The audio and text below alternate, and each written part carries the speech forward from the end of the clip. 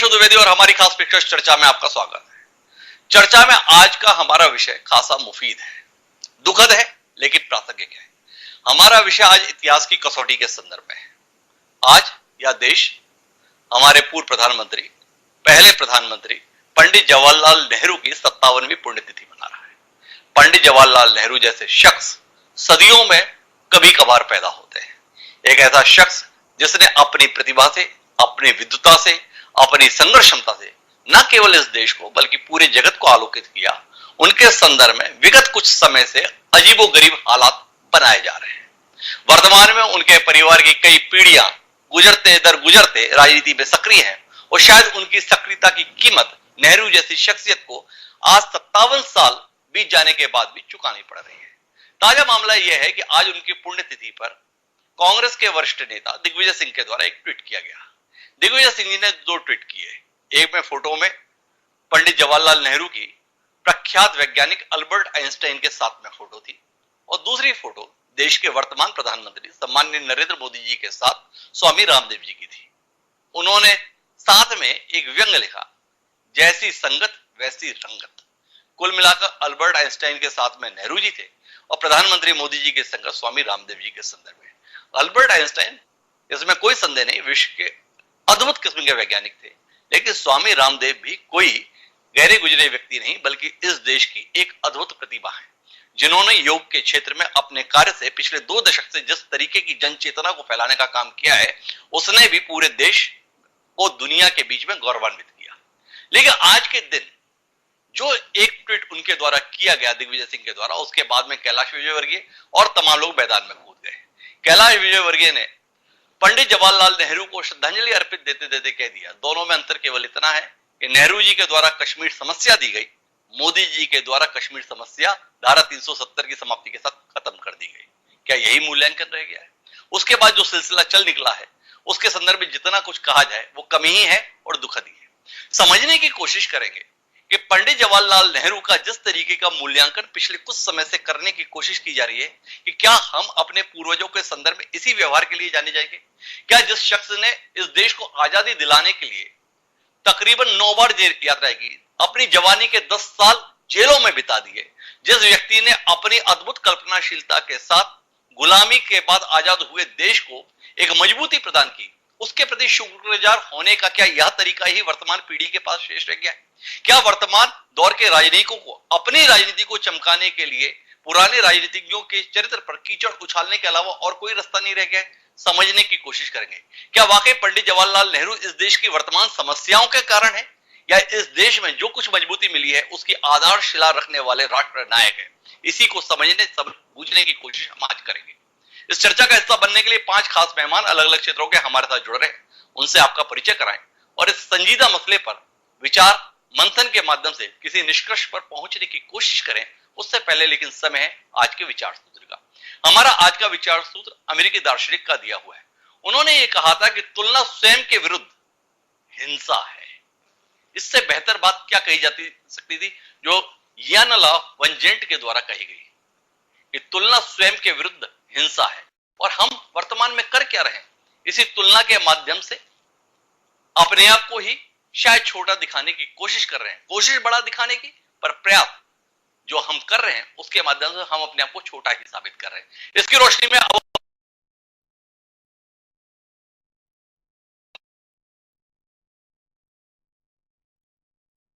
सुन लीजिए। और इतना ही नहीं, भारत के विभाजन के बारे में जब यदि बात करेंगे, डिबेट करेंगे, तो उस समय के पत्रकार से जो नेहरू जी की चर्चा है जिन्ना के बारे में, वो यदि चर्चा कर लेंगे तो सारे सत्य। मैं उस चीजों को दोहराना इसलिए नहीं चाहता कि मैं चाचा नेहरू के तनिक भी बराबर नहीं हूं, लेकिन हाँ, जहां विचारधारा की बात आएगी तो कश्मीर समस्या के लिए अगर यूएनओ में कोई गया सबसे पहले तो नेहरू गए थे। कश्मीर समस्या के लिए शेख अब्दुल्ला के सामने यदि किसी ने कोई अपनी बात रखने में सफल नहीं हुए तो वो नेहरू जी थे। चीन अक्साई के मामले में अगर कोई 1950 में पत्र लिखा था, सरदार वल्लभ भाई पटेल ने गृह मंत्री रहते हुए, उप प्रधानमंत्री रहते हुए, उस समय का पत्र पढ़ लीजिए। मेरे को जरूरत, मैं तो उस समय पैदा भी नहीं हुआ था। नरेंद्र मोदी आजादी के इन पत्रों के आधार पर आप लोग जो दलील देते हैं, तो पत्र तो मुरली मनोहर जोशी ने भी आपकी सरकार के लिए लिखे हुए हैं। पत्र तो आडवाणी जी के भी लिखे हुए हैं। क्या इन पत्रों के आधार पर आप मूल्यांकन करने के लिए अपनी सरकार के संदर्भ में तैयार हैं?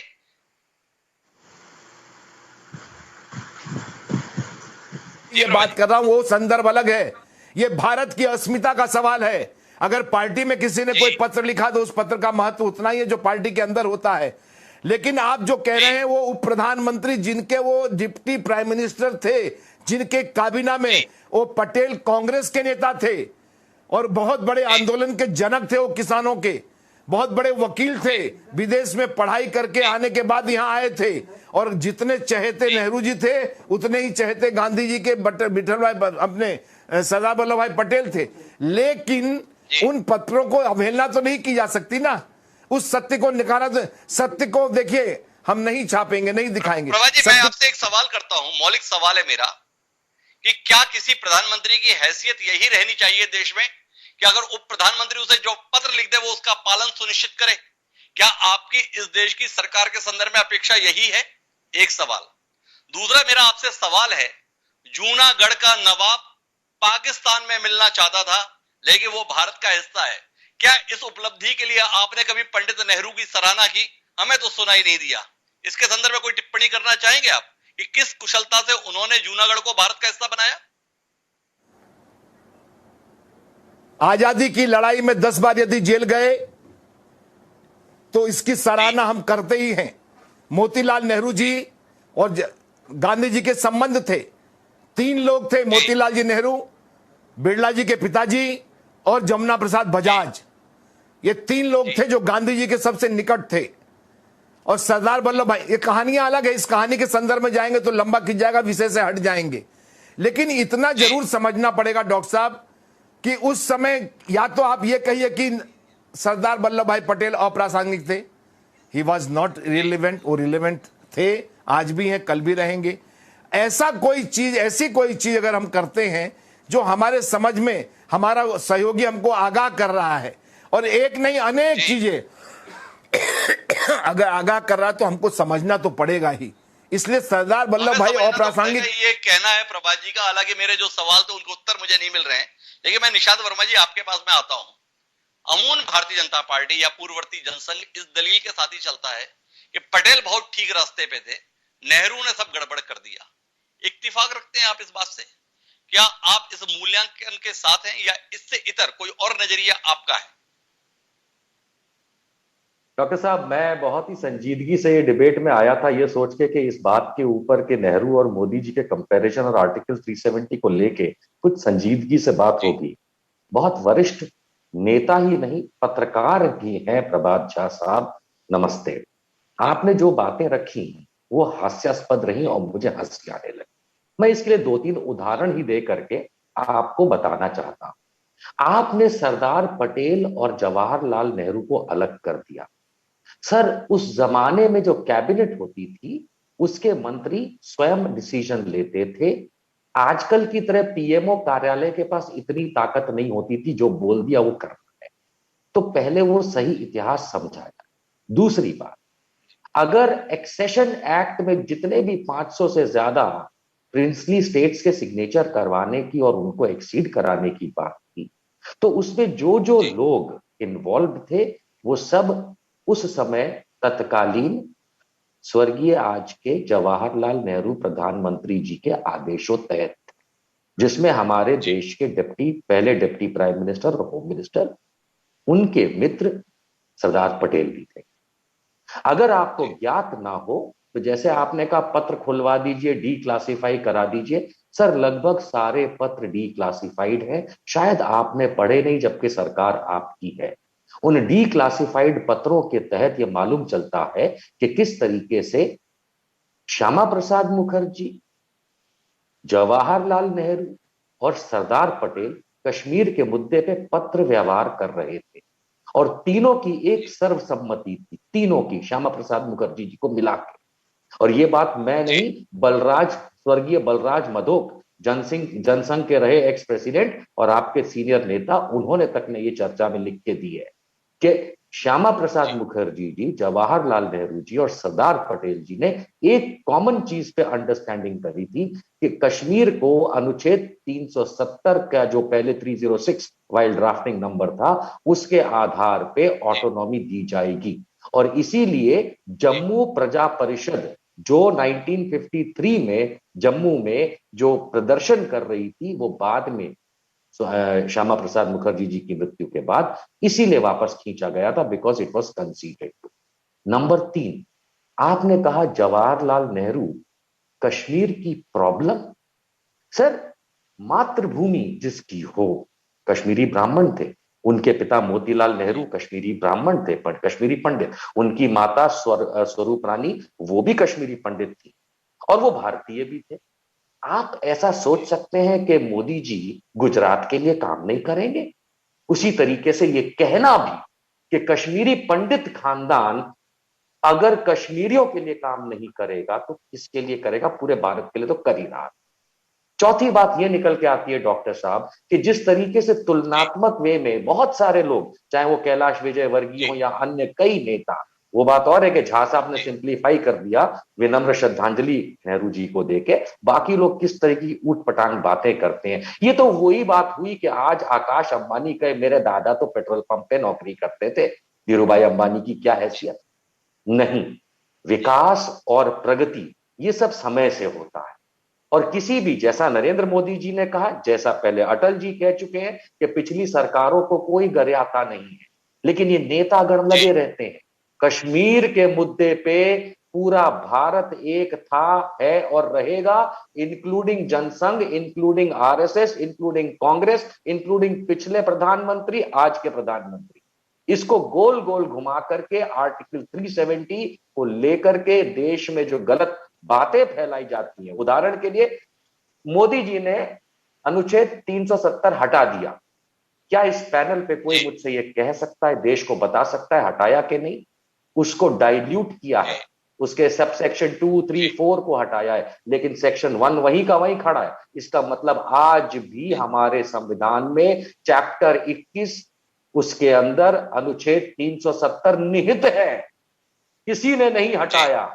हो सकता है आने वाली कोई सरकार वापस उसको रीइंस्टेट कर दे। तो ये सबसे पहले नेहरू जी के नाम पे खिसियानी बिल्ली खंबा नोचे, लेकिन खिसियानी भाजपा कांग्रेस को नोचने की कोशिश करती है। ये बंद होना चाहिए और आर्टिकल 370 का सही ज्ञान लेकर के उसके बाद उस पर टिप्पणी, आलोचना, उसमें टिप्पणी होनी चाहिए, निशान जी का कहना है। लेकिन मैं बालेंदु जी आपके पास में आता हूं, फिर राहुल जी के पास आऊंगा। और बालेंदु आपसे समझना चाहूंगा, क्या आप इस बात को लेकर कोई कष्ट महसूस करते हैं कि आजाद भारत में पंडित जवाहरलाल नेहरू का जो योगदान था और गुलाम भारत में जो उनका संघर्ष था, वर्तमान दौर में इरादतन उनके कद को कम करने की कोशिश हो रही है?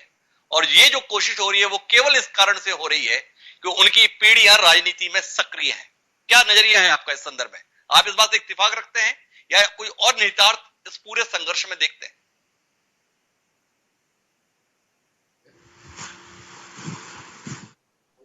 कहावत है जी,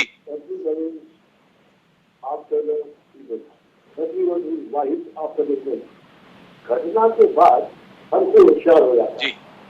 जब देश आजाद हुआ, आजादी की सुन रही, हम जानते भाजपा न था अन्य पार्टी, केवल कांग्रेस पार्टी की 100 साल तक संघर्ष किया, मरे कटे लड़े गिर गए। नेहरू जी जो एक बड़े संपन्न परिवार के सदस्य थे, वो चाहते तो घर बैठ करते थे, ऐसे आराम की जिंदगी बिता सकते थे, लेकिन वो संघर्ष में आए।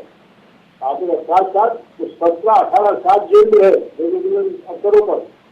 क्या इतना संपन्न परिवार का आदमी जेल चुकी गया? क्या वो चाहता था कि आजादी के बाद वो प्रधानमंत्री बने, क्या उनके घर वाले प्रधानमंत्री बने? सबसे निकल करे क्या उस समय कोई भी अन्य दल जिसकी आज ये पूजा करते हैं, जिसकी बात करते हैं, श्यामा प्रसाद मुखर्जी अन्य चीजें बड़े बड़े लोग, लेकिन आजादी के तक कोई योगदान नहीं था। एक व्यक्ति के लिए वीर सावरकर जरूर संघर्ष में थे, लेकिन बाकी उनका पार्टी आज जब करे वो कोई भी संघर्ष में नहीं था। श्यामा प्रसाद मुखर्जी ने बात कब कही? जब देश आजाद हो गया, सब ये कह रहे थे एक घंटा हुई दुकान बड़ा बड़ा बातें कही, अच्छी बात कही, लेकिन आजादी मिली कैसे, परिस्थिति क्या थी, आज की तारीख पर उसका विश्लेषण करना बड़ा आसान काम है, बल्कि बताना बड़ा आसान काम है। लेकिन जब देश आजाद नहीं हुआ था, जब अंग्रेज हमारे को चले रहे थे, जब उनके राज्य हमको जीना पड़ रहा था, तब संघर्ष करना, उस समय क्या परिस्थिति थी, उसका आकलन आज करना बड़ा आसान काम है, क्योंकि इतिहास के सभी हमने पढ़ लिए तो हम अपनी बातें कहते हैं, लेकिन उस स्थिति को आकलन करना बड़ा मुश्किल होता है।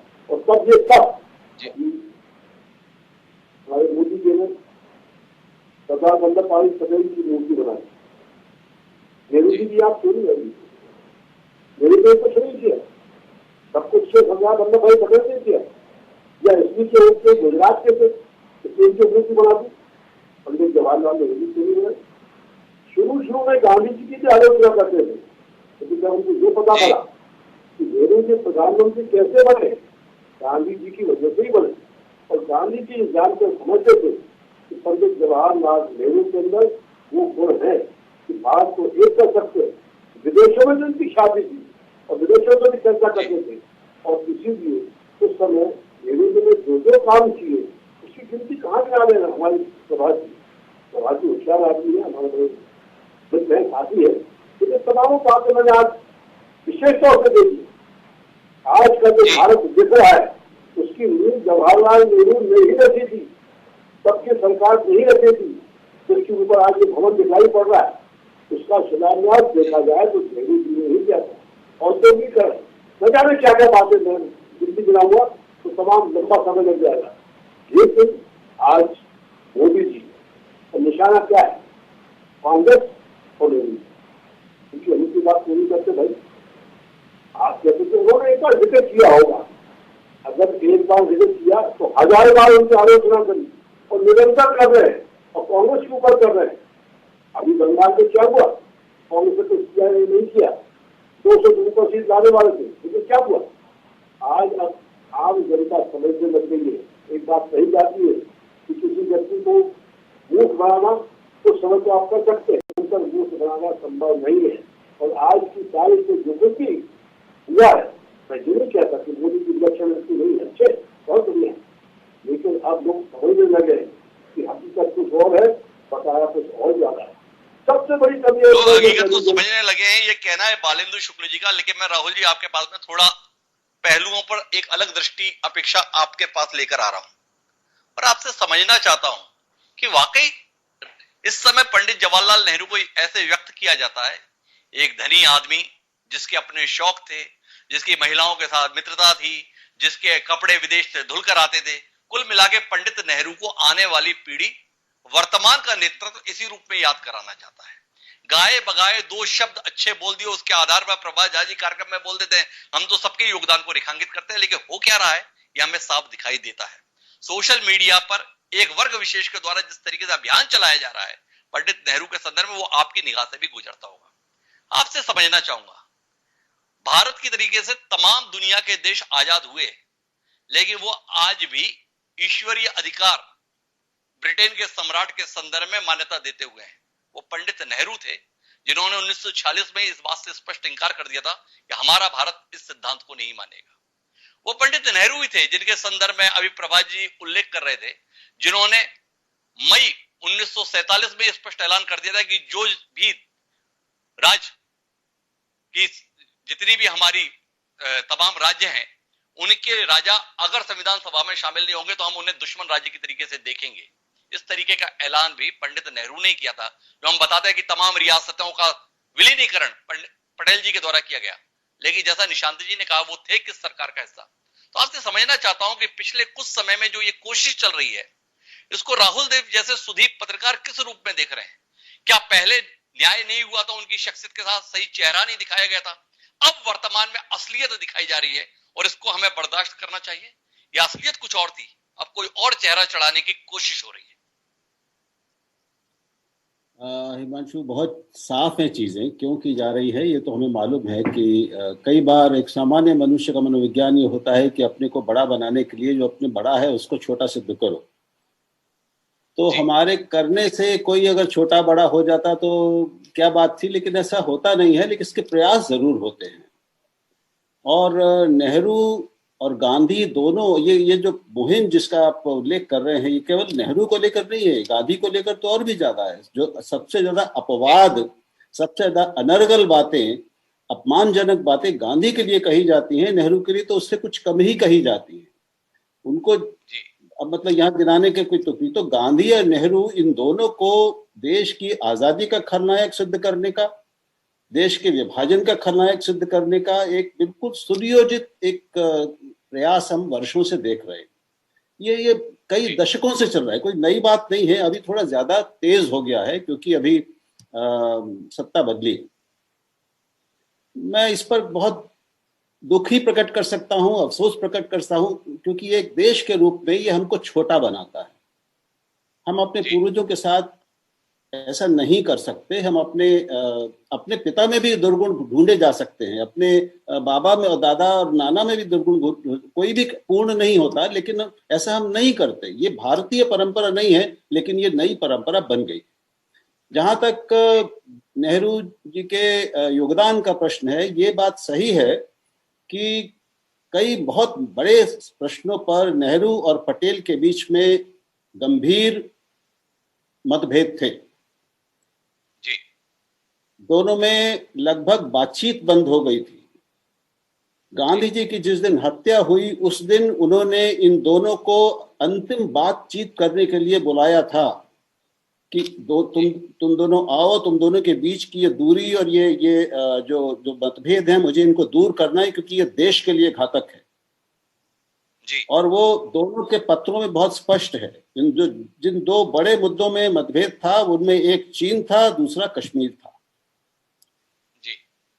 पटेल की जीवनी पढ़ेंगे या दोनों के वो पत्राचार पढ़ेंगे तो स्पष्ट हो जाएगा कि इन दोनों विषयों में पटेल ने बार बार चिट्ठियां लिखकर, क्योंकि सीधा संवाद उनका काफी कम हो चुका था, नेहरू जी को आगाह किया था।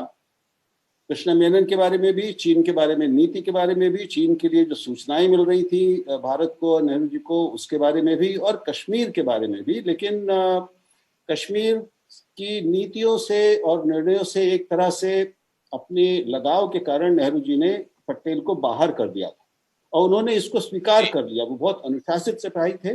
उन्होंने प्रधानमंत्री के इस निर्णय को एक अनुशासित सिपाही की तरह स्वीकार किया। इसलिए भी किया क्योंकि उन्होंने गांधी जी को वचन दिया था कि वो जब तक जीवित रहेंगे पटेल के साथ बने रहेंगे, कुछ भी हो जाए। जी। तो ये भी ऐतिहासिक तथ्य हैं। तो मैं ये तो नहीं कहूंगा कि दोनों में कोई मतभेद नहीं था। मतभेद बहुत खुले थे, सार्वजनिक थे, और बिल्कुल आज वो स्पष्ट है हमारे सामने। लेकिन पर राहुल जी, मैं जो इस बात पे आपसे बात करना चाहता हूँ, वो कश्मीर के संदर्भ में पटेल ने ऐसा कहा था, पटेल जी ऐसा चाहते थे, पटेल जी ने ऐसा आगाह किया था, ये बातें कह दी जाती हैं। पर आपने तो इतिहास को पढ़ा है। क्या कश्मीर के हालात, एक मुस्लिम बहुल इलाका, वहां पर शेख अब्दुल्ला को अपने साथ साध कर पंडित नेहरू ने वहां के जनमानस को अपने साथ जोड़कर रखा, क्या यह कोशिश गलत थी? क्या यह इस देश के संदर्भ में कश्मीर को शामिल कराने की दृष्टि से प्रयास नहीं था? एक। और दूसरा, शेख अब्दुल्ला के साथ दोस्ती का जो हवाला देते, क्या उन्हीं शेख अब्दुल्ला को जेल में डालने का फैसला, क्या वो साहस पंडित नेहरू ने ही नहीं कर दिखाया था? दोनों पर आपकी टिप्पणी। ऐसा है, ऐतिहासिक व्यक्तियों को और इतने सघन महत्व वाले ऐतिहासिक घटनाओं को हम बहुत सरल दृष्टि से नहीं देख सकते, सही गलत और न्याय, उचित या अनुचित की दृष्टि से। चीजें बहुत जटिल होती हैं, और कश्मीर वाला अध्याय तो कुछ सबसे ज्यादा जटिल जो अध्याय हैं भारतीय इतिहास के, उनमें से एक है। उसमें इस तरह का, मैं इतना बड़ा व्यक्ति नहीं हूं, ना इतना बड़ा इतिहासकार हूं कि मैं ये इतनी बाल की खाल निकाल सकूं और दोनों को बहुत ज्यादा अलग अलग कर सकूं। दोनों को संश्लिष्ट करके ही देखना पड़ेगा। सब जगह मतभेद होते हैं, मतभेदों के बावजूद लोग काम करते हैं। पूरी कैबिनेट का और लोकतंत्र का पूरा जो ढांचा है वो इसी पर तय करता है कि बहुमत का, और जो एक प्रधानमंत्री तय करते हैं वो उसको फिर सब लोग अपने मतभेदों के बावजूद स्वीकार करते हैं। तो शेख अब्दुल्ला का उस समय कोई विकल्प नहीं था, ये बिल्कुल सच है। उनको दरकिनार करके कश्मीर में कोई भी जनता को, वहां की जनता को स्वीकार्य हो ऐसा समाधान नहीं सुझाया जा सकता था। लेकिन उसके साथ कुछ और भी चीजें थी। पाकिस्तान की जो तैयारियां चल रही थी, पाकिस्तान की जो नीयत थी, पाकिस्तान जो तैयारियां कर रहा था, कई बार अब्दुल्ला दोनों ओर से बात करते थे, इसको लेकर दोनों की राय थोड़ी अलग अलग थी। लेकिन शेख अब्दुल्ला की कश्मीर के लिए केंद्रीयता अकाट्य है, निर्विवाद है, ऐसा मैं मानता हूं। तो कुल मिलाकर शेख अब्दुल्ला की अहमियत को राहुल देव जी भी स्वीकार करते हैं, और ये पंडित नेहरू की अपनी कूटनीति थी जिसके अंदर उन्होंने शेख अब्दुल्ला को साथ में रख के एक मुस्लिम बहुल इलाके को भारत में शामिल कराने की कोशिश की। स्पष्ट हमें यह बात समझनी चाहिए कि भारत पाकिस्तान का विभाजन भौगोलिक आधार पर नहीं, विशुद्ध धार्मिक आधार पर हुआ था, जिसमें मुसलमानों के लिए एक अलग देश की कल्पना को मान्यता दी गई थी। उसके बीच में यह प्रयास किया गया था। निशान जी कोई हस्तक्षेप करने जा रहे हैं, उनकी बात सुनते हैं और फिर चिंतामणि जी के पास चलते हैं। जी निशान जी।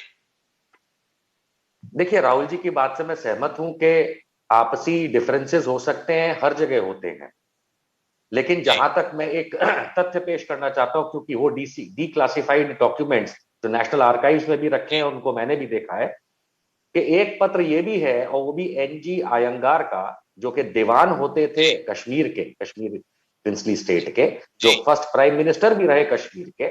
उन्होंने एक्सेशन जब चल रहा था तो जो शेख अब्दुल्ला और वगैरह के साथ डिस्कशन करके जो पत्र भेजा था जवाहरलाल नेहरू जी के सिग्नेचर के लिए, वो पहले भेजा गया था उस समय होम मिनिस्टर सरदार पटेल जी को with a note that please can you discuss this with Jawahar ji and get it done. उसके बाद एक्सेशन हुआ। तो डिफरेंसेस हो सकते हैं, बिल्कुल हो सकते हैं, क्योंकि दोनों अलग पीढ़ी के थे। हमें नहीं भूलना चाहिए कि सरदार पटेल नेहरू जी से 14 वर्ष बड़े थे, एक पीढ़ी का गैप आ जाता। तो अपनी अपनी सोच अलग हो सकती है, लेकिन जब देश के लिए काम कर रहे थे तो डिसेंट्रलाइज्ड पावर, ऐसा नहीं था पीएमओ के पास सारी पावर थी, हर कोई अपने हिसाब से कर रहा था। और ना तो सरदार पटेल नेहरू जी के खिलाफ थे इस पूरी संवैधानिक प्रथा में, और ना ही बाबा अंबेडकर उनके खिलाफ थे। अगर कोई खिलाफ होता तो छोड़ छाड़ के चला गया होता। देश को एकजुट बनाने के लिए नवजात देश को सबने मिलके काम किया। आज बैठ करके झा साहब विश्लेषण तो कर सकते हैं, लेकिन बुराई ना करे। सबने मिलजुल कर काम किया, ये निशान जी का कहना है। मैं एक उल्लेख साझा करना चाहता हूं, कुछ तथ्यों पर बात साथ में हो, हमारी केवल भावनाओं पर आधारित बात नहीं है। बार बार ये कहा जाता है कि सरदार पटेल ने नेहरू जी को पत्र लिख के आगाह किया कश्मीर के हालात के संदर्भ में, लेकिन मैं सामान्य राहुल जी समेत पूरे दर्शकों को भी साझा करना चाहता हूं। 27 सितंबर 1947 को सरदार वल्लभ भाई पटेल को पंडित जवाहरलाल नेहरू के द्वारा लिखा गया पत्र, जिसमें वो लिखते हैं कि कश्मीर की परिस्थिति तेजी से बिगड़ रही है, शीतकाल में कश्मीर का संबंध बाकी भारत से कट जाएगा, हवाई मार्ग भी बंद हो जाता है, पाकिस्तान कश्मीर में घुसपैठियों को भेजना चाहता है, महाराजा का प्रशासन इस खतरे को झेल नहीं पाएगा, वक्त की जरूरत है कि महाराजा शेख अब्दुल्ला को रिहा कर नेशनल कॉन्फ्रेंस से दोस्ती करें। वो लोग जो ये बताते हैं कि पंडित नेहरू को कश्मीर के हालातों का अंदाजा नहीं था, ये पत्र 27 सितंबर 1947 को देश के प्रधानमंत्री के द्वारा देश के तत्कालीन उप प्रधानमंत्री सरदार वल्लभ भाई पटेल को लिखा गया था, जिसमें वो चेता रहे थे कि वहां पर पाकिस्तान हमला कर सकता है। नेशनल कॉन्फ्रेंस के शेख अब्दुल्ला उन्हें साथ में मिलाए, और उसी के माध्यम से आज जो कुछ भी कश्मीर हमारे साथ दिखता है, उसमें सरदार वल्लभ भाई पटेल का पुरुषार्थ तो है ही, पर पंडित जवाहरलाल नेहरू की दूरदर्शिता भी है। इस रोशनी के बीच में मैं चिंतामणि जी आपके पास आता हूं और आपसे समझना चाहता हूं कि क्या आपको अपनी पार्टी की नीति पर, क्या अपनी पार्टी के नेताओं पर, क्या अपनी पार्टी की विचारधारा पर इतना भरोसा नहीं रह गया है कि पंडित नेहरू को कोसे बगैर, गांधी परिवार को कोसे बगैर आपको लगता नहीं कि वर्तमान जनता का समर्थन आपके साथ आ सकता है? ये सवाल है आपसे। देखिए, भावनात्मक युक्तियों से जिन्होंने जो किया है उससे उन्हें माफ नहीं किया जा सकता, बलि नहीं किया। यदि भावनात्मक उसके जो बाबा थे वो दादा थे और हम उनके कार्यों की संख्या छोड़ देंगे तो हम अपने भविष्य को भी खराब कर देंगे। हमने अतीत को खराब किया ही है, हमारा इतिहास तो बिगड़ा ही है, हमारा वर्तमान उसके कारण बिगड़ रहा है, तो अगर हम नहीं सीखे तो भविष्य भी बिगड़ जाएगा। दूसरी बात यह है कि जो शासन करता है, निर्णय करता है, वो गलत निर्णय लेता है तो उसकी समीक्षा का प्रत्येक नागरिक को, प्रत्येक बच्चे को, प्रत्येक युवा को है वो होना चाहिए, और उसमें विकास जीवन को इतना परेशान होने की जरूरत नहीं है। दूसरा, मैं ये कहना चाहता हूँ केवल कश्मीर समस्या क्यों, आज चाइना हमारी बॉर्डर पर है तो उसका जिम्मेदार कौन है? कौन है जिसने चाइना को रसद पहुंचाने का काम किया? कौन है जिसने तिब्बत का मुद्दा यूएनओ में उठाया और कश्मीर का मुद्दा यूएनओ में उठाया? वो कौन है जिसने चाइना से पंचशील समझौता किया और अपनी सीमाएं चेक नहीं की? वो कौन है गुनाहगार? मैं ये पूछना चाहता हूँ, सेना का अपमान करने वाला 3 सेना अध्यक्षों ने जिसके कारण इस्तीफा दे दिया और जिसका मुद्दा संसद में उठा, वो अपराधी कौन है? ये पूछना चाहिए और पूछना पड़ेगा। परिवारवाद का जहर इस देश की राजनीति में बोलने का गुनाहगार कौन है, ये पूछना चाहिए। और प्रत्येक व्यक्ति वहां पे मैं पूछना चाहता हूँ, कांग्रेस ने तारा चाहिए अगर लागू करी तो वो आदमी कौन है जिसने सरदार पटेल को भी एक तरफ कर दिया? और ताना एक व्यक्ति की, ये ताना चाहिए की बात कर रहे हैं निजाम जी, मुझे बताइए कि सबसे बड़ा तानाशाह परिवारवाद किसने लागू किया? मैं पूछना चाहता हूँ, मुस्लिम समस्या आगे भी है, ये नेहरू रियासत समझौता ये किसने किया है? ये हजारों लाखों करोड़ों हिंदू जो आज पाकिस्तान में भुगत रहे हैं, ये किसकी गलती है? आज जो जहाँ पर जो इतना इस्लामी आकांक्षा इतना बढ़ गया है, वो कौन दोषी है? ऐसे तमाम निर्णय में तो किताब हिंदी की दुर्दशा का जिम्मेदार कौन है?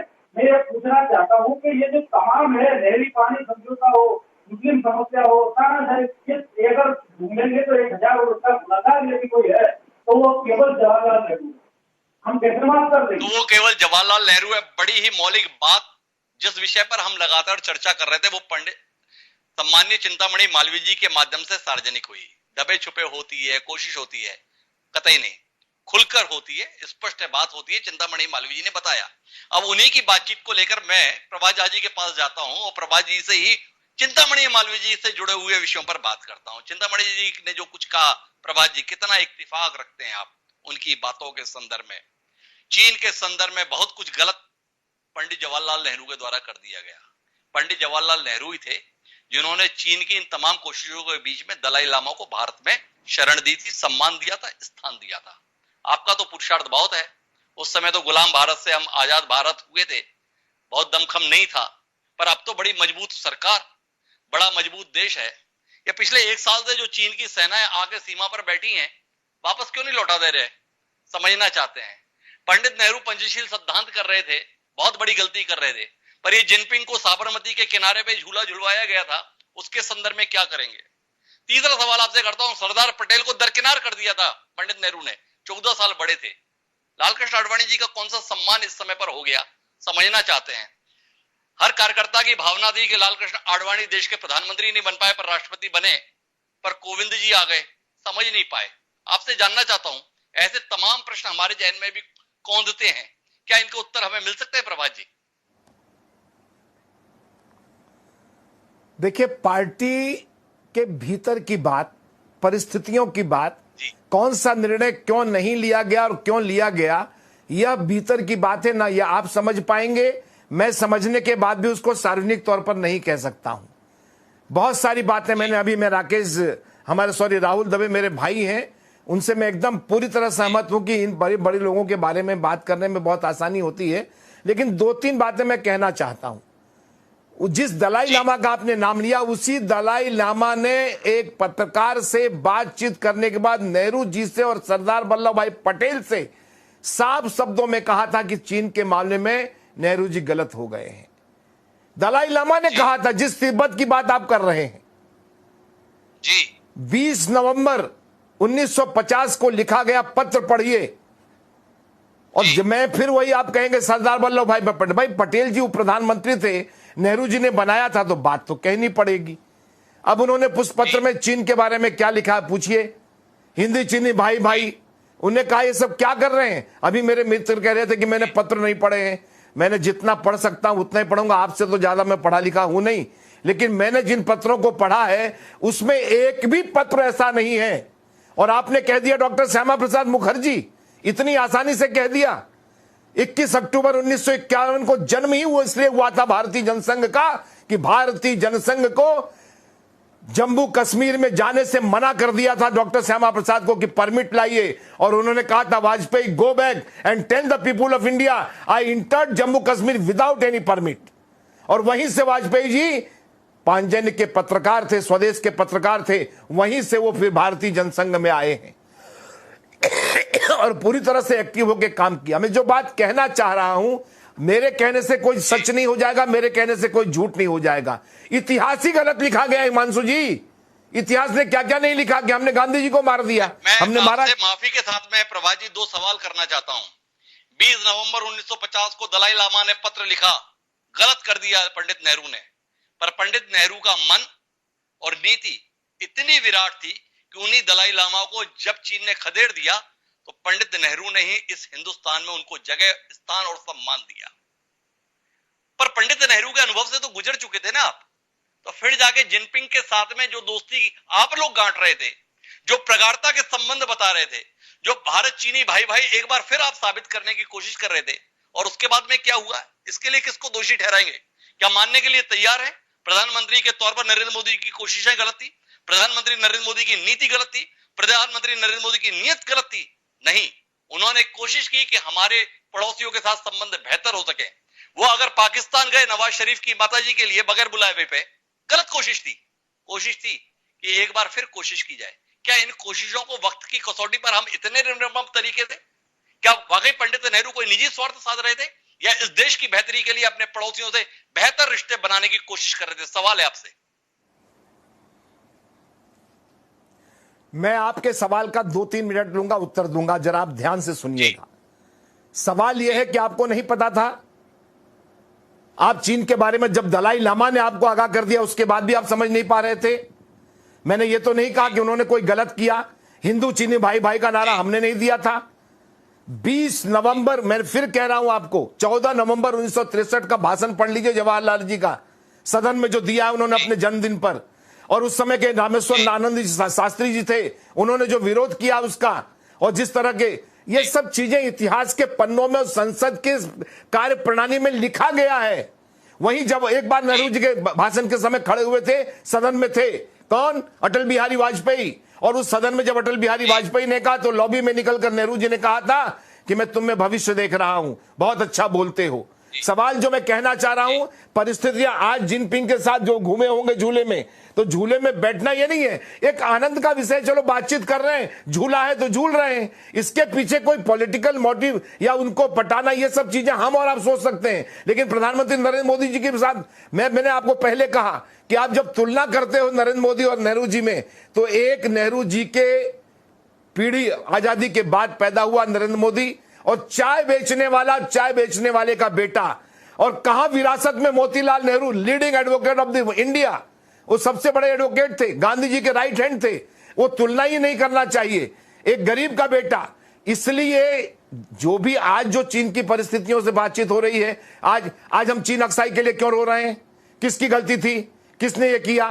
संसद के बहस को निकाल के देखिए आप, एक एक हिरेन मुखर्जी से लेकर सबके भाषणों को देखिए आप, मेरी पार्टी के लोगों को मत पढ़िए। मान लिया आपकी बात को, अक्साई चीन के संदर्भ में, तो आप बता दीजिए पेंगोंग के इलाके में अभी 1 साल से चीन आके बैठा हुआ है, क्या उखाड़ लिया हम लोग? क्या हमने खदेड़ दिया? कहां गया हमारा पौरुष? कहां गई हमारा सामर्थ्य? कहां गई हमारी शक्ति? आपने जिनपिंग के साथ में निकटता की कोशिशों को कह दिया कि एक आनंद के लिए था, तो पंडित नेहरू क्या कर रहे थे? पंडित नेहरू आनंद नहीं ले रहे थे, देश के लिए बनाने की कोशिश कर रहे थे। मैं राहुल जी आपके पास में लौटता हूं वापस एक गंभीर किस्म के विमर्श के लिए, और आपसे जानना चाहता हूं कि क्या पंडित नेहरू की जो कोशिशें थी वो इस देश की बेहतरी की नीयत के साथ नहीं थी? क्या पंडित नेहरू जो कुछ कर रहे थे निजी स्वार्थों के लिए कर रहे थे? क्या पंडित नेहरू जो कुछ भी प्रयास कर रहे थे उनमें इस देश की बेहतरी की मंशा नहीं थी? आपसे ये सवाल है। देखिए, मैं अपने बहुत प्रिय मित्र प्रभात जी से अनुरोध करना चाहूंगा कि ये जो वो बात कर रहे हैं या कोई भी करता है कि वो अमीर बाप के बेटे थे, रईस बाप के बेटे थे नेहरू, और मोदी जी चाय बेचते थे इसलिए मोदी उनसे बेहतर हो गए, ये बहुत ही, अब मैं क्या कहूँ इस पर, ये बहुत नादानी है। ये तुलना नहीं करनी चाहिए, दोनों का दोष नहीं है, न तो नेहरू का दोष था एक अमीर परिवार में पैदा होने का, ना इनका कोई श्रेय मोदी जी का है कि वो एक गरीब परिवार में पैदा हुए। ये सबकी परिस्थितियां अलग अलग होती है, देखना हमें ये कि किसने क्या किया। जी मैं आऊंगा आपके पास जी। और दूसरी बात कि आप कौन ऐसा व्यक्ति है, कल मोदी जी का जब 10 साल बाद 20 साल बाद मूल्यांकन होगा या 50 साल बाद मूल्यांकन होगा, तो क्या उनके सारे निर्णय सही पाए जाएंगे? क्या अभी भी ऐसे निर्णय नहीं है जो बिल्कुल गलत सिद्ध हो चुके हैं पिछले 7 साल के दौरान? ऐसा कौन सा प्रधानमंत्री है और कौन सा ऐसा मंत्री या जिम्मेदार व्यक्ति किसी भी देश में होता है जिसके कई फैसले बाद में गलत साबित होते हैं और कई फैसले सही साबित होते हैं? हमेशा मिश्रण होता है चीजों का। तो ये जो पूरा आख्यान है कि राहुल जी, नेहरू को, लेकिन मेरा आपसे सवाल इतना सीमित नहीं है राहुल जी, आप उस नजरिए के साथ भी थोड़ी सी बात रखें कि देश जिन परिस्थितियों में आजाद हुआ था उस समय हिंदुस्तान की स्थिति क्या थी, और पंडित नेहरू का बतौर प्रधानमंत्री जो 17 साल का कार्यकाल रहा, उस दौरान उन्होंने इस देश की जो नींव रखी वो किस तरीके की रखी? क्या वाकई उन्होंने एक विलास के तौर पर प्रधानमंत्री निवास का इस्तेमाल किया, या वाकई इस देश की परिस्थितियों के मद्देनजर जो फैसले उस समय लिए उन्होंने इस देश का कायाकल्प किया? आपका नजरिया। ये आप किससे पूछ रहे हैं? आप ही से राहुल जी। हाँ, नहीं, ये सवाल ही विचित्र है बिल्कुल। और जो ये दुष्प्रचार करते हैं, इसको इतनी हवा देना, ये भी मतलब दुखद है, ये बिल्कुल बकवास है। जी जी। नेहरू जी ने उतनी ही उत्कटता से, वैसा ही उत्कट देश प्रेम उनमें था जैसा पटेल में था, जैसा श्यामा प्रसाद मुखर्जी में था, न तो कम न ज्यादा। ये देश प्रेम की तुलना हम नहीं कर सकते। सब अपने अपने तरीके से देश हित के लिए समर्पित थे। सारा समय उन्होंने, ये सब के सब, और खास तौर पे नेहरू और पटेल, ये दोनों सारा समय केवल देश के हित में ही काम करते थे, उसी में सोचते रहते थे। दोनों की निर्णय प्रक्रियाओं में, निर्णयों में अंतर हो सकता है, सब में होता ही है, लेकिन इन पर अय्याशी का दोष करना कि उन्होंने प्रधानमंत्री निवास का दुरुपयोग किया, कि वो बहुत बड़े घर में पैदा हुए थे तो अय्याश हो गए थे, ये मूर्खतापूर्ण है, ये एक बहुत घटिया काम है, और ये बिल्कुल इतिहास को नष्ट करने का काम है। ये इतिहास को नष्ट करने का काम है, ये नजरिया है। प्रभाजा जी अपनी वक्तव्य को कुछ स्पष्ट करना चाह रहे थे। मैं प्रभा जी के पास चलता हूं, फिर निशांत जी का हस्तक्षेप लूंगा। जी प्रभा जी, आप कोई बात शायद अधूरी रह गई थी जिसे आप पूरा करना चाहते थे, आपकी बात। नहीं, सवाल आपने मेरे से किया था और राहुल जी ने जवाब दिया उसका। सवाल यह है, आपने जो सवाल किए, कोई किसी के कार्य को कम नहीं आंक सकता, लेकिन कोई सच्चाई को भी निगलना चाहे और जोर से बोल के मुझे दबाना चाहे, तो मैं अपने विचारधारा का प्रतिनिधि हूं और प्रतिनिधित्व करता हूं, तो मैं उससे कोई विमुख नहीं। लेकिन हाँ, विचारधारा के लिए मैं किसी के किए गए कार्यों को खा जाऊंगा या बदनाम करूंगा, यह मेरा कभी भी औचित्य नहीं है। और बात रही, तो हमने तो 14 नवंबर को गुलाब का फूल जवाहरलाल नेहरू के हाथ से लिया जब मैं फोर्थ में पढ़ता था बॉम्बे में। उस समय वो आगरा बॉम्बे रोड से निकले थे, एम्पाला गाड़ी में बैठ के निकले थे, अचकन पहने थे। सवाल ये नहीं है किसी की महानता को, अभी राहुल जी ने कहा कि किसी को छोटा बड़ा, ये सब नहीं है। तुलना हमेशा होगी और होती रहेगी, और सच्चाई की तुलना जीत होती है। और इसलिए जो सच्चाई कागजों में है, जो बयानों में है, जो नेहरू जी ने स्वयं दिया है बयान, जो दलाई लामा ने खुद कहा है, जो सरदार वल्लभ भाई पटेल ने कहा है। आपने मेरे सवाल का उत्तर नहीं दिया। दलाई लामा ने एक पत्र लिखा और फिर भी नेहरू जी ने चीन के संदर्भ में नहीं समझे, ये आप हमें समझाने के लिए तैयार हैं। पर चीन के साथ हमारा जो अनुभव रहा, उसके बाद भी प्रधानमंत्री नरेंद्र मोदी चीनी राष्ट्रपति के साथ गले मिल रहे थे, भरोसा कर रहे थे, और उसके बाद उसने जो किया, इसको लेकर कोई ग्लानि लेने के लिए आप तैयार नहीं है। ये कैसा विरोधाभास है आपका? नहीं, किसने कहा? नहीं, इसकी तुलना उससे क्या? उसका जवाब उसको दिया गया वहां पर। हिमांशु जी, आज जवाब दिया गया है उसको। अगर उन्होंने हमारे 9 लोगों को मारा तो उनके 25 लोगों को, 50 लोगों को मारने की बात भी पुष्टि हुई है। ऐसा नहीं है, कोई दबा नहीं है चीन से। आज वो दिया गया है, लेकिन आज भी भारत के इलाके में चीन के सैनिकों की साल भर से मौजूदगी ये पूरा देश और दुनिया जान रहा है। लेकिन मेरे पास समय सीमित है। निशांत जी को हस्तक्षेप करना चाह रहे थे, एक बार उनकी बात सुनते हैं, फिर मुझे बालेंदु जी से भी कुछ बात करने की कोशिश करनी है। जी निशांत जी। अब चिंतामणि जी और प्रभात जी को सुनने के बाद मुझे तुलना करने का मन कर गया है, और इन्हीं की भाषा में इनसे तुलना कर लेता हूं। चीन के बारे में बात करने की आपकी हिम्मत है? जब 1962 की वॉर हो रही थी, अटल बिहारी वाजपेयी जी ने कहा था कि पार्लियामेंट में इस बात पे बहस होनी चाहिए, नेहरू जी ने करवाई। आप तो मुंह नहीं खोल पाते हैं, पार्लियामेंट तो बहुत दूर की बात है कि कैसे गालवान में इतने सैनिक हमारे मारे गए, पहली बात। दूसरी बात, आप भारतीय जनता पार्टी वाले पिछले 10 साल से ban China, ban China, ban China, और हुआ क्या? आपकी बन गई बहन चाइना। आप कांग्रेस को नकोटते हैं। मैं आपको बताता हूं कि कम्युनिस्ट पार्टी ऑफ चाइना के जाके ट्रेनिंग ये आरएसएस और बीजेपी के मंत्री और एमएलए 3-3 बार गडकरी साहब तक को लेकर के और राम माधव को लेकर के जाते हैं और एमओयूज करते हैं। आप कम्युनिस्ट चीन से हमको बचाने की बात करते हैं।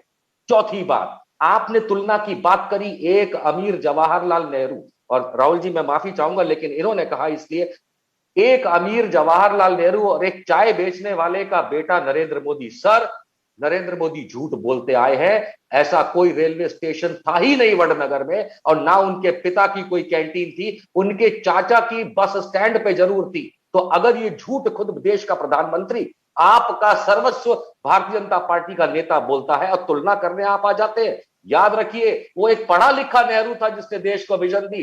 आपकी भाषा में एक चाय वाले ने इस देश को ऐसी दुर्गति लाके मैं माफी चाहूंगा निशान जी, मैं फिर बार बार आपसे हमेशा अनुरोध करता हूं, देश के प्रधानमंत्री के संदर्भ में एक मर्यादा से नीचे बात नहीं होनी चाहिए। और नरेंद्र मोदी कोई अपने आप इस देश के प्रधानमंत्री नहीं बने हैं, इस देश के बहुमत ने उन्हें अपना नेता माना है और दो बार माना है।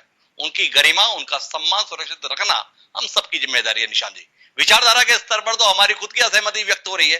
मैं बालेदु जी आपके पास में आता हूं और आपसे जानना चाहता हूं, कांग्रेस की खामोशी को लेकर आपके पुरोधा के संदर्भ में इतना कुछ बोला जाता है, पर कांग्रेस कुछ भी उनकी गरिमा में बोल पाए, कर पाए दिखाई नहीं देती। करती भी है तो क्या? दिग्विजय सिंह जैसे लोग जो आज टिप्पणी कर रहे हैं, किस रूप में? अल्बर्ट आइंस्टीन के साथ में पंडित नेहरू हैं और नरेंद्र मोदी जी रामदेव जी के साथ में। क्या आज का दिन इसी रूप से याद करने के लिए आपको अपने पूर्वजों को, क्या यही रह गया कांग्रेस के पास अब विचार के तौर पर इस देश को देने के लिए? पिछले दिनों में क्या हुआ है, मोदी जब आजादी की बात हो रही है, तो कांग्रेस ने हमेशा हर में देश रहा है। और नेहरू जी उसके पुरोधा थे, गांधी जी थे, सरदार वल्लभ भाई पटेल भी थे, लेकिन आरएसएस ने अपने अस्तित्व में आने के बाद उनके मन में भी ये था कि इस देश के अंदर लोकतंत्र में अगर राज्य करना है तो क्या किया जाए। मुसलमान तो कम हो गए, तो जब हम देश आजाद हुआ तो उनके मन में ये रहा कि सत्ता कैसी पाई जाए। इसी जमाने कुल 2 सांसद हुआ करते थे लोकसभा में भारतीय जनता पार्टी के। उन्होंने कहा भाई डिवाइड एंड रूल, हिंदू और मुसलमानों को अलग करो। मुसलमानों को अलग करोगे, उनकी संख्या कम थी, 16-17% थी, तो हमारे पास 85 लोगों को साधो, 15 को ऐसी तैसी करो। लेकिन कांग्रेस अपनी विचारधारा पे अड़ी रही। उन्होंने हिंदुओं का अपमान नहीं किया, लेकिन मुसलमानों को भी साधा, और इसको भारतीय जनता पार्टी और आरएसएस ने बड़ी होशियारी के साथ ये दिखाने की कोशिश की मुसलमानों को हम ज्यादा तवज्जो दे रहे हैं। और सिर्फ ये नहीं थी, हिंदू और मुसलमानों को दोनों को साथ साथ रखने का कांग्रेस ने प्रयास किया। उसमें हम पूरी तरह से सफल नहीं हो पाए, और हम ये भी मानेंगे कि आरएसएस और भारतीय जनता पार्टी अपने उस लक्ष्य में सफल रही, और उन्होंने आज की तारीख में भी हिंदू और मुसलमानों को अलग अलग कर दिया। अगर आज उत्तर प्रदेश में किसी एक मुसलमान को भी सीट नहीं दी गई, लेकिन जीते दमदारी से, तो उनका लक्ष्य पूरा हो, उनका लक्ष्य पूरा हो गया, ये बालेंद्र जी आपका कहना है। लेकिन मैं आपसे जो सवाल कर रहा था उसका उत्तर मुझे नहीं मिला। पंडित जवाहरलाल नेहरू, आपके स्तुत्य पुरुष, उनके संदर्भ में इतनी तमाम बातें अनर्गल तरीके से होती है, बचाव में आप कुछ लोग कर नहीं पाते। कांग्रेस इतनी बेहाल, इतनी लाचार। उसके बाद दिग्विजय सिंह जैसे लोगों को आज ही का दिन मिला तुलना करने के लिए। इतना बड़ा नेता, इतने बड़े नेता को याद कर रहा है तो किस रूप में? आइंस्टीन के साथ में पंडित जवाहरलाल नेहरू की फोटो तभी सार्थक सिद्ध हो रही है जब वो नरेंद्र मोदी और रामदेव जी के ऊपर एक कमेंट कर दे रहे हैं।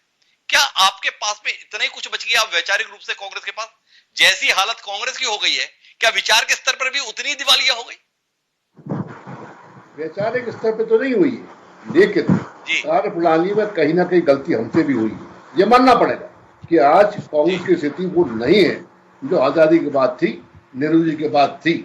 लेकिन वो स्थिति इसलिए बनी क्योंकि हम धर्मनिरपेक्ष रहे, हम अपनी बात पर डटे रहे, लेकिन इसका लाभ भारतीय जनता पार्टी ने उठाया, और इस वजह से आज हमारी जो स्थिति दिख रही है, तो इन कारणों से आने वाले समय में मैं समझता हूँ कि कांग्रेस इस बात को समझेगी, जानेगी, और अब आम जनता भी समझने लग गई है कि भारतीय जनता पार्टी जिस आधार पर सत्ता पे आई है वो उनका आधार ठीक नहीं था, गलत था, और उनके तमाम निर्णयों से भी सिद्ध हो रहा है कि हमारे पसंद कि नरेंद्र मोदी और उनकी सरकार झूठे आंकड़े दे रही है, जनता को गुमराह कर रही है, हिंदू मुसलमान को अलग कर रही है। कोरोना के कारण ये बात सिद्ध हो चुका है कि किस प्रकार से सरकार आम आदमी को गलत जानकारी दे रही है। जो आप कांग्रेस की उम्मीद अब नरेंद्र मोदी और उनकी सरकार की विफलता के आधार पर हो गई है। वैचारिक रूप से कुछ मजबूती करेगी ऐसे आसार नहीं थे, पर बालेंद्र शुक्ल जी आशान्वित हैं कि कांग्रेस का वापस गौरव लौटेगा। चिंतामणि जी कोई हस्तक्षेप करना चाह रहे थे हमारी बातचीत के दौरान, उनकी बातचीत अधूरी रह गई। चिंतामणि जी आप अपनी बात पूरी करें, आपको कुछ बातों पर बहुत असहमति थी जब हम लोग बात कर रहे थे जी। असहमति का स्वागत करता हूँ, लेकिन वो ऐतिहासिक है और ऐसी 50 और कही जा सकती है। तो एक बात कहूंगा कि ये तो दूरदर्शी नेता बता रहे थे जवाहरलाल नेहरू को, आज जब गवर्नर हमारे पास नहीं है, वो चाइना के पास चला गया, जवाहरलाल नेहरू है। गवर्नर ने भुटनाई का सुल्तान का था, सबसे पहले हिंदुस्तान से कहा था मात्र 30 लाख रुपए में ये गली नहीं लिया जवाहरलाल नेहरू ने, कहा क्यों जाए 30 लाख, चीन हमारे सीने पर आकर के देखा। तो ऐसी एक मेरा चिंतामणि आपसे एक सवाल है, ये जिस हिकारत के साथ में आप पंडित नेहरू का जिक्र करते हैं, वो पंडित नेहरू को एक बार महात्मा गांधी की पसंद से इस देश का प्रधानमंत्री बनाया गया, आपके इस तथ्य को स्वीकार करता हूं मैं। पर हमारे पूर्वजों ने, हमारे पुरखों ने 1952, 1957 और 1962 के चुनावों में पूर्ण विश्वास इन्हीं पंडित जवाहरलाल नेहरू के प्रति जताया था। और आज हमारे नेता, हमारे सम्माननीय प्रधानमंत्री नरेंद्र मोदी के प्रति जितना भरोसा जताया है ना, उससे कहीं ज्यादा जताया था। तो क्या माना जाए, हमारे पूर्वज नासमझ थे, हमारे पूर्वज बेअक्ल थे, हमारे पूर्वजों की इस देश के प्रति कोई स्नेह भावना नहीं थी, हमारे पूर्वजों का इस देश के प्रति कोई सम्मान नहीं था, जिसके तहत उन्होंने एक ऐसे व्यक्ति को चुना जो किसी स्तर पर आपकी कसौटी पे खरा नहीं उतरता था। लेकिन आपके पिताजी, आपके दादाजी, मेरे पिताजी, मेरे दादाजी, इन सब लोगों की पसंद पंडित जवाहरलाल नेहरू हुआ करते थे। क्या मानते हैं, ना समझ पुरखों के वंशज हैं हम? मैं कह सकता हूँ बिल्कुल कि उस समय हमारा लोकतंत्र इतना परिपक्व नहीं था। आज हमारा लोकतंत्र परिपक्व हो गया। आज अगर होते जवाहरलाल नेहरू तो उन्हें आज यदि होते तो पता नहीं ये देश इनकी मूर्तियां भी रहने देता। आज बताता कि बहुत माफी के साथ में चिंतामणि जी आपसे असहमति व्यक्त करता हूं। अगर इस देश के स्वतंत्रता संग्राम सेनानी, जिनकी विद्वता, जिनकी प्रतिभा का पूरी दुनिया लोहा मानती है, अगर उनके संदर्भ में आपका नजरिया यह है तो इसके संदर्भ में मैं क्या कह सकता हूं। निशान जी आखिरी टिप्पणी को, कि मेरा समय समाप्त हो रहा है, आपकी आखिरी टिप्पणी। और राहुल जी भी कुछ कहना चाह रहे हैं, राहुल जी से भी रहा नहीं गया, राहुल जी को भी संयम शायद खत्म हो रहा है। तो पहले निशान जी और आखिरी टिप्पणी में राहुल जी की लूंगा। जी निशान जी। मेरी आखिरी बात यही रहेगी कि बाकी तो छोड़िए, लेकिन चिंतामणि जी और प्रभात झा, आप दोनों भारतीय जनता पार्टी के इतने बड़े बड़े नेता हैं, कोई सांसद है, कोई सांसद है। अरे साहब, ये रामदेव जी का जो बात चल रहा है ना, सारे डॉक्टर इस देश के, जिनको आप और भारत के प्रधानमंत्री और हम कोरोना वॉरियर कहते हैं, वो सारे उनके खिलाफ हैं और आप सब जानते हैं। ये बताइए रामदेव को जेल कब करवा रहे हैं, क्योंकि पूरे देश के सारे कोरोना वॉरियर उनके खिलाफ। निशान जी ने एक अलग ही विषय को छेड़ दिया, मैं उस पर बहस के लिए निशान जी आपको बुलाऊंगा। राहुल जी आपकी टिप्पणी पंडित नेहरू जी की चर्चा के संदर्भ में, आखिरी समापन बिंदु आपके माध्यम से। नहीं, मैं समापन नहीं करूंगा हिमांशु, वो बहुत अच्छा आप करते हैं, आपको ही करना है। लेकिन मैं केवल आदरणीय चिंतामणि जी से ये पूछना चाहता था कि उन्होंने इतिहास की कौन सी पुस्तकें पढ़ी है, जरा ये जिज्ञासा है मेरे मन में। क्योंकि उन्होंने एक सूची तो दे दी जो उनको बना के दी गई है, बहुत स्पष्ट है, ये बनी बनाई सूची है उनके पास। उन्होंने स्वयं भारतीय समकालीन इतिहास को, विभाजन के समय के इतिहास को किन किन दृष्टियों से देखा है, किन किन लोगों की पुस्तकों को पढ़ा है, ये जानने की जिज्ञासा मुझ में बहुत है। क्योंकि ये स्पष्ट है कि राहुल जी को है, लेकिन कुल मिलाकर इस जिज्ञासा में ही असहमति राहुल देव जी जैसे विद्वान की साफ जाहिर हो रही है। बहरहाल हम अपनी बातचीत को अगर समापन के बिंदु पर पहुंचाते हैं तो इस बात पर केवल दुख व्यक्त कर सकते हैं कि वर्तमान दौर में कुछ राजनीतिक लाभ के लिए अगर हम अपने इतिहास पुरुषों का मान मर्दन करेंगे तो कुल मिलाकर इस देश के पुराने गौरव को वापस लौटा पाएंगे, ये मानना भी सिवाय मूर्खता के अलावा कुछ नहीं कहा जा सकता। प्रभात झा जैसे सुशिक्षित लोग हैं जो अभी भी कम से कम पंडित नेहरू के प्रति सम्मान तो बातों में व्यक्त कर रहे हैं, लेकिन राजनीतिक भविष्य की खातिर जिस तरीके से अपने अतीत के इतिहास पुरुषों पर कालिक उछालने का काम शुरू हुआ है, ये जल्द अगर बंद नहीं हुआ तो इस देश के संदर्भ में जो सपने हम देखते हैं वो सपने केवल सपने रह जाएंगे, इसमें किसी को सपना नहीं रहना चाहिए। आज के इस कार्यक्रम में आप सब जुड़े, आप सबका धन्यवाद। पंडित जवाहरलाल नेहरू को हमारे परिवार की ओर से विनम्र श्रद्धांजलि। और अब समय है आज के शेर का। हमारा आज का शेर जान निसार अख्तर का दिया हुआ कहता है, चलो ना इश्क ही जीता ना अक्ल हार सकी, चलो ना इश्क ही जीता ना अक्ल हार सकी, तमाम वक्त मजे का मुकाबला तो रहा। तो कुल मिलाकर यह मुकाबला इसी किस्म का रह गया है। जिसमें कोई मतलब की बात निकल नहीं पाती। बेहतर होगा कि हम अपने पुरोधाओं को कोसने के स्थान पर भविष्य के लिए कोई राह चुनने में समय जाया करेंगे, तो शायद वो समय जो जाया कर रहे हैं वो सार्थक रूप से प्रतीत होने लगेगा। देखें, हमारे इस देश के वो तमाम हुक्मरान जिन्हें हमने अपना भविष्य सौंपा है, इस विषय को कितनी गंभीरता से लेंगे। अब इसके साथ मुझे दीजिए इजाजत, कल फिर मिलते हैं नए विषय के साथ। सादर प्रणाम।